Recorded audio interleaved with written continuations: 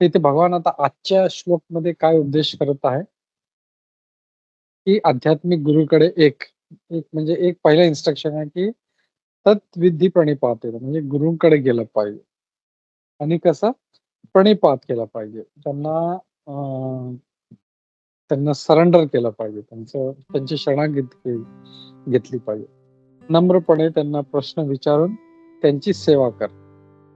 त्यांना समर्पण केलं पाहिजे. मग त्यांना प्रश्न विचारले, सेवा केली पाहिजे आणि मग त्यांना प्रश्न विचारले पाहिजे. तर इथे 3 गोष्टी या जर आपण ह्याला थोडंसं लॉजिकली समजण्याचा प्रयत्न केला, तर इथे गुरुकडे गेलं पाहिजे, नम्रपणे गेलं पाहिजे, त्यांना सेवा केली पाहिजे आणि प्रश्न विचारला पाहिजे. आता आपण ठीक आहे. मग पुढे काय म्हणतात, आत्मसाक्षात्कारी व्यक्ती तुला ज्ञान प्रदान करू शकतात. आणि त्यांच्याकडे का गेलं पाहिजे? कारण ते आत्मसाक्षात्कारी आहेत आणि ते ज्ञान प्राप्त त्यांना आपल्याला प्राप्त करून देऊ शकतात, प्रदान करू शकतात. आणि का? कारण त्यांनी तत्व पाहिलेलं नाही. तर इथे एक गुरूंकडे, ते पण कुठले आध्यात्मिक आणि जे आत्मसाक्षात्कारी आहेत त्यांच्याकडे जायला सांगितलं आहे. नम्रपणाने जायला सांगितलं आहे, सेवा करायला सांगितले आणि त्यांना प्रश्न विचारायला सांगितला. कसले गुरु? ते पण इथे थोडंसं त्यांनी इथे हायलाइट केलं. कसले? जसं आजकालचे जे ढोंगी गुरु त्यांच्याकडे नाही. जे आत्मसाक्षात्कारी व्यक्ती आहेत त्यांच्याकडे गेलं पाहिजे. आणि तेच ज्ञान आपल्याला प्रदान करू शकतात. तर तात्पर्य खूप चांगलं आहे. मी वाचतो ह्याला. तात्पर्य श्री प्रभुपादद्वारे श्री प्रभुपादच्या आत्मसाक्षात्काराचा मार्ग निसंशय कठीण आहे. म्हणून भगवंत येथे त्यांच्यापासून प्रारंभ होणारे गुरु शिष्य परंपरेतील प्रमाणित आध्यात्मिक गुरूंना शरण जाण्याचा उपदेश देत आहेत. तर इथे प्रभुपादजी काय सांगतात, की भगवान त्यांच्यापासून जे प्रारंभ झाला आहे, भगवान हे नाही म्हणत तुम्ही डायरेक्ट माझ्याकडे या. काय म्हणतात, ज्यांच्यापासून जी सुरू झालेली आहे परंपरा, जसं भगवान कृष्णाचे शिष्य कोण आहेत, तर त्यांचे जसं आता जसं प्रभुपाद सांगत आहे, की त्यांच्या परंपरेमध्ये जे त्यांच्यापासून जी परंपरा चालू झाली त्याच्यामध्ये गेलं पाहिजे. तर त्यांचे 4 मुख्य शिष्य आहेत, ब्रह्माजी, शिवजी, लक्ष्मीजी आणि जे 4 ब्रह्माजीचे पुत्र आहेत, चतुर्कुमार ज्यांना म्हणतो ते आहेत.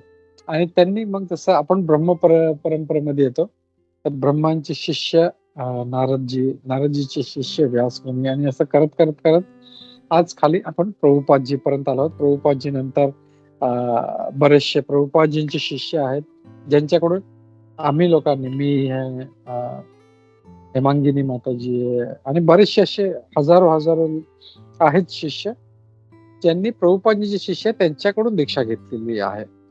तर त्या गुरु शिष्य परंपरेमध्ये आपल्याला हे ज्ञान प्राप्त करायचं आहे. तर आपण डायरेक्ट भगवान कृष्णाकडे नाही जाऊ शकत.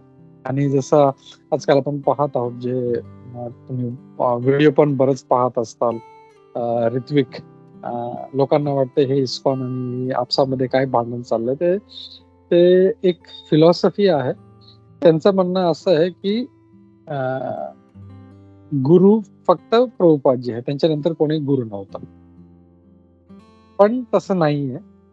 प्रभुपाद जी आहेत त्यांचे गुरु होते भक्तिसिद्धांत सरस्वती ठाकूर, त्यांचे गुरु होते, असं म्हणजे कृष्णापासून चालू झालं प्रभुपादजी पर्यंत. तर प्रभुपादजींच्या नंतर ती परंपरा कशी थांबू शकते? जसं प्रभुपादजींनी त्यांच्या गुरुकडून दीक्षा घेतली, तसे त्यांचे जे शिष्य आहेत त्यांनी त्यांना दीक्षा दिली, त्यांनी आम्हाला दीक्षा दिली. तर असं हे, आणि जे लायक आहेत ते गुरु बनते. जसं प्रभुपादजींचे जे बरेचसे शिष्य होते सगळे गुरु नाही बनले.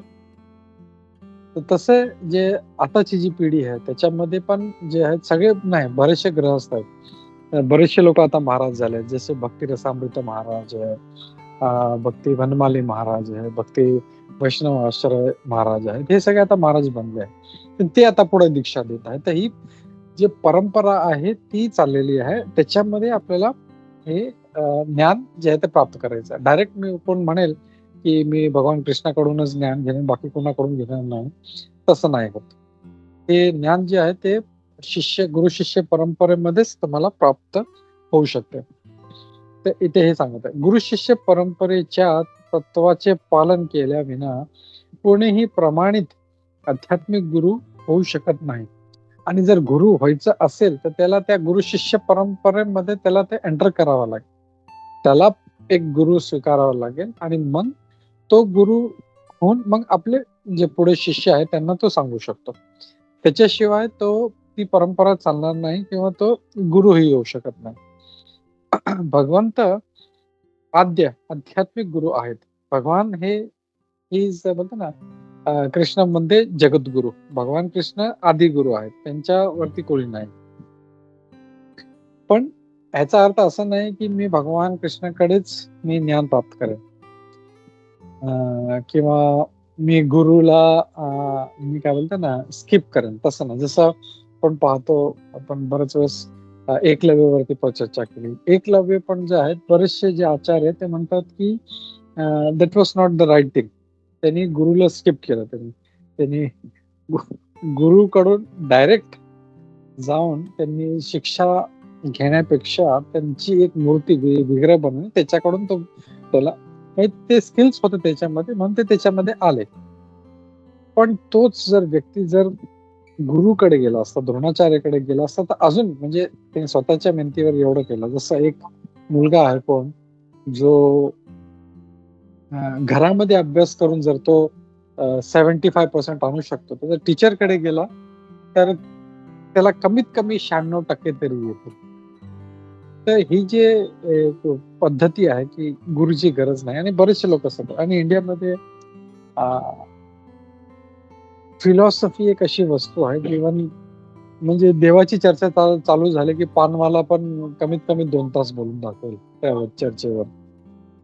तर दॅट इज ऑल. म्हणजे हे व्हॉट्सअप ज्ञान, फेसबुक ज्ञान आहे. That is not real knowledge. तर हे रिअल नॉलेज कुठून भेटेल?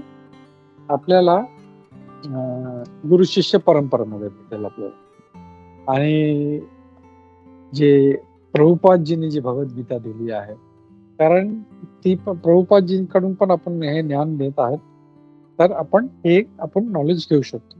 पण अजून आपल्याला सिरियस व्हायचं असेल या मार्गावर, तर आपल्याला एक गुरु स्वीकारावा लागेल, त्यांच्याकडून दीक्षा घ्यावी लागेल. आणि ते दीक्षा घेतल्यावर मग जे काही विधी आहे ते फॉलो केलं तर आपण त्या परंपरेमध्ये स्थित होऊ. मग हे ज्ञान जे आहे पुढे आपण लोकांना पण देऊ शकू. जसं हेमांगिनी माताजी करत आहे, मी करत आहे. आपण एवढे क्लासेस ठेवतो आपण आणि लोकांना सांगतो कसं भक्तीमध्ये कसं पुढे गेलं पाहिजे. तर लोकांना हे आपण जे आम्हाला प्रभुपादजींनी सांगितलं आहे, आमच्या गुरूंनी सांगितलं, प्रभुपादजींनी सांगितलं, तेच म्हणजे आम्ही पोपटासारखे, जस्ट पॅरट्स. त्यांनी त्यांच्याकडून जे शिकलो ते आपण रिपोर्ट करत आहोत. पण त्यासाठी पण ते कनेक्शन प्रॉपर पाहिजे. म्हणजे कोणी म्हणत असेल की मी MBBSचं पुस्तक घेऊन मी वाचेन आणि त्याने मी डॉक्टर बनेन, तसं नाही होणार. त्याला एक प्रामाणिक गुरुकडे त्याला एक युनिव्हर्सिटी जॉईन करावं लागेल, गुरु करावा लागेल. त्याच्याकडून मग कोर्स झाल्यावर इंटर्नशिप घ्यावं लागेल त्याला, आणि मग तो डॉक्टर होईल. तो डायरेक्ट तो म्हणेल मी MBBSची पुस्तकं वाचतो आणि डॉक्टर होतो. So that is not possible. तर गुरु शिष्य परंपरा हा एक महत्वाचा विषय आहे, हे जे पूर्ण जे कोर्ट केस आहे ती ह्याच्यावरती नव्हती, ती प्रॉपर्टीसाठी होती. पण ते जिंकल्यावर आता हे जे बँगलोर इस्कॉन वाले ते म्हणतात की आम्ही बरोबर आहोत आणि आम्ही केस जिंकलो म्हणून आम्ही जे करतो ते बरोबर आहे. That is not wrong.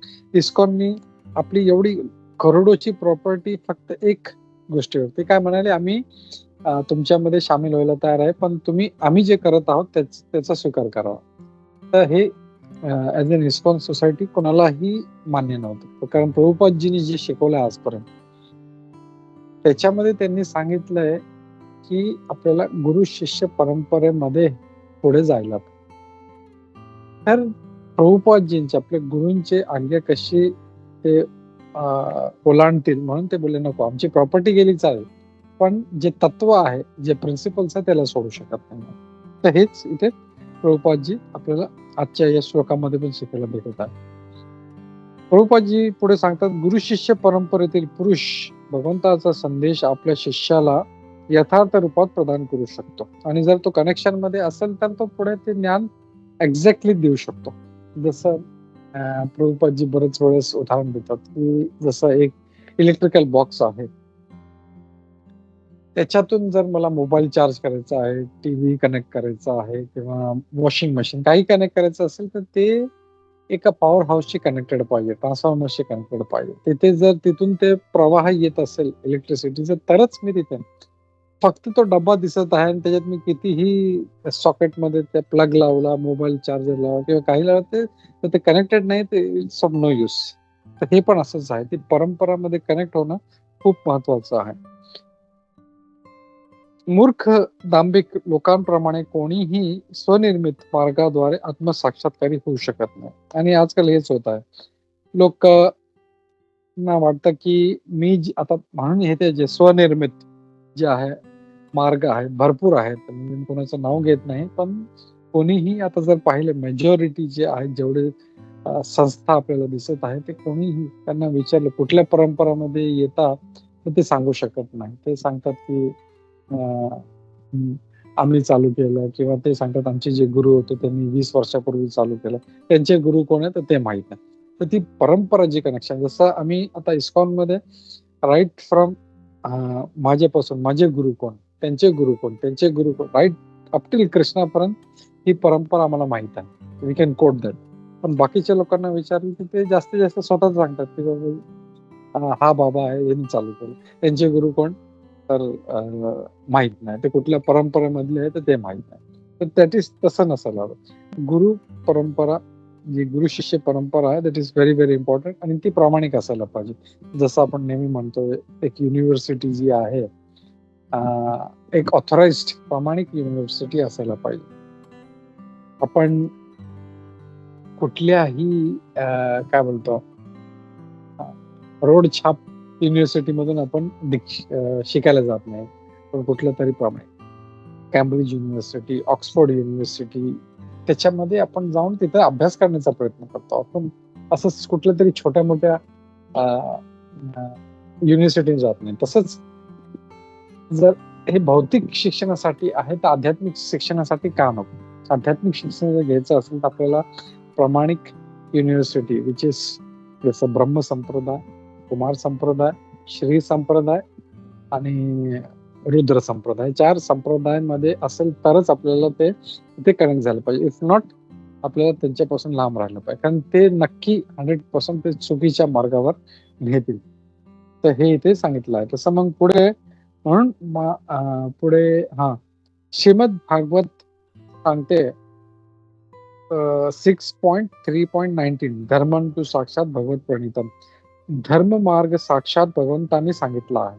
तर धर्म जे आहे ते कुठल्या पानमाल्याकडून किंवा एका रोड छाप बाबाकडून नाही, हे भगवाननी सांगितलेलं आहे भागवतामध्ये. धर्मं तु साक्षात भगवाननी सांगितलेलं, तर त्या मार्गाला आपल्याला फॉलो करायचं आहे. आपल्याला we have to follow that. मानसिक जे तर्क आहेत किंवा शुष्क वादविवाद आहे, त्याच्याने काही प्राप्त होणार नाही. तसेच ज्ञान ग्रंथाचं स्वतंत्र अध्ययनानेही मनुष्य आध्यात्मिक जीवनामध्ये प्रगती करू शकत नाही.